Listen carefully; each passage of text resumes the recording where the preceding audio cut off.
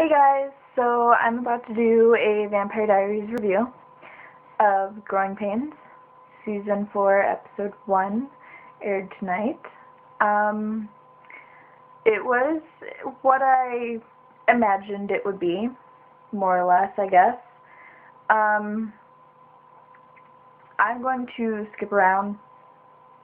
I should have been a blonde. So she wakes up, asks about Matt, and there's nothing really they can tell her besides he's alive. And then she goes to ask Stefan how he managed to save her also. And that's where Damon butts in and tells her, he didn't save you. You're a vampire. And she freaks out, and Stefan tells her they'll find another way, they'll find a cure, or they'll have Bonnie do some magic. And basically Damon's attitude is you feed or you die. That's it. And I agree. You know, you're a vampire. Suck it up. Go find the nearest human and bite down. Let's see. So Damon and Stefan are in the kitchen, and Stefan's all, oh, this isn't what I wanted for her. You weren't there the day that I watched her cry about not wanting to be a vampire, and Damon basically throws it in his face. Well, you should have saved her first. Which he should have. He's a vampire. He should have just pulled them both out at the same time. But it doesn't work that way. So Damon says, well, that's one more quarterback for the world. He's not very happy. So then we go upstairs to Elena talking to Jeremy. He's upset that his sister is in transition also. He tells her, I need a sister, not another vampire, which is true. All of his friends are vampires or a werewolf, or his girlfriend, non-girlfriend's a witch. He needs family, not a vampire. He needs, a human. Needless to say, their family's not going anywhere unless him and Bonnie have a kid. So, Jeremy walks off, and Elena keeps looking at her lamp like she wants to kill it, which literally she does, because she rips off the lampshade and just crushes her light bulb. Needless to say, Elena's got some light bulb issues. But, Elena thinks it's her fault, and Matt thinks it's his fault, but why isn't anyone blaming Rebecca, except for Damon, because Damon tries to kill her? If she wasn't on the bridge when they were speeding toward her, they would not have had to crash. They could have kept going, and Elena would still be human, but that's not the way the show is written, so I still blame Rebecca. I'm happy that Elena is now getting her memory back, because I'm not a Delena person, and I'm not a Selena person, but I prefer her with Damon. It's not related to DE years or SE years. It's just, I prefer her with Damon. Klaus and Rebecca have some family drama there. In the show, Caroline is taken, and then Rebecca is taken also. And Carol, Tyler's mom, calls to tell Tyler, aka Klaus, that Caroline has been taken, and so he runs off to save the day, of course, but instead of also saving his sister, he just takes Caroline and basically outs himself to her. And then, later on in the show, she finds Klaus, and she's pissed and crying and emotional, and he's kind of like, yeah, whatever, I knew you could handle it, it's no big deal. And then, she's still pissed, so she picks up the 2 blood bags that he has of Elena's blood, and says, you want your family so bad, and it's always been me, and this is what you get. And she's squishes them, and he breaks her neck and just walks off. So yeah, they've got some family drama going on there. I was happy when Damon tried to kill Rebecca. I don't know if I said that already, but I'm not a big fan of her character. I wasn't really ever a big fan of her character. I just think, with all the other originals gone, that, she can tag along with them, go hang out with your brothers. I don't think she really needs to be around. I mean, Klaus, yeah, he can stay in town, but, Rebecca can just go play with your brothers.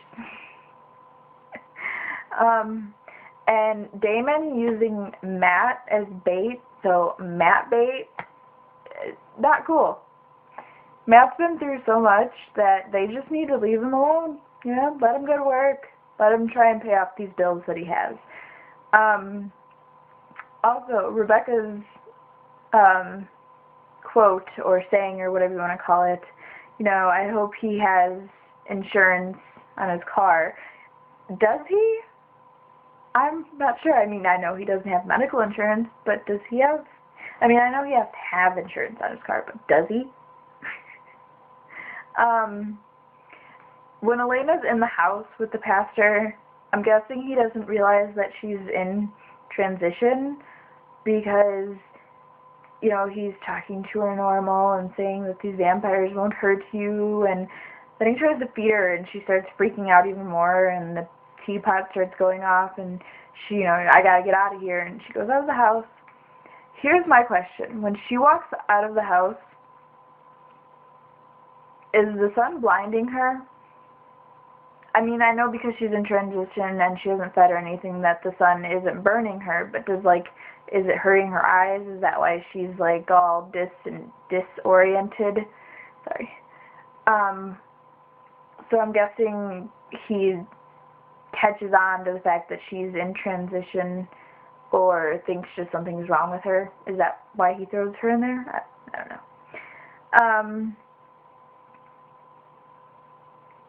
Damon's catchphrase or whatever, again, another saying, yoo-hoo, big bad vampire out here, that was hilarious. I loved it. Bonnie needs to back off some black magic.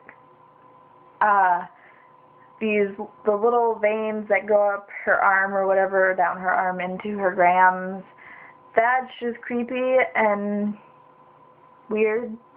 Although I'm excited to see where they take this, to see if she does go more into black magic or not.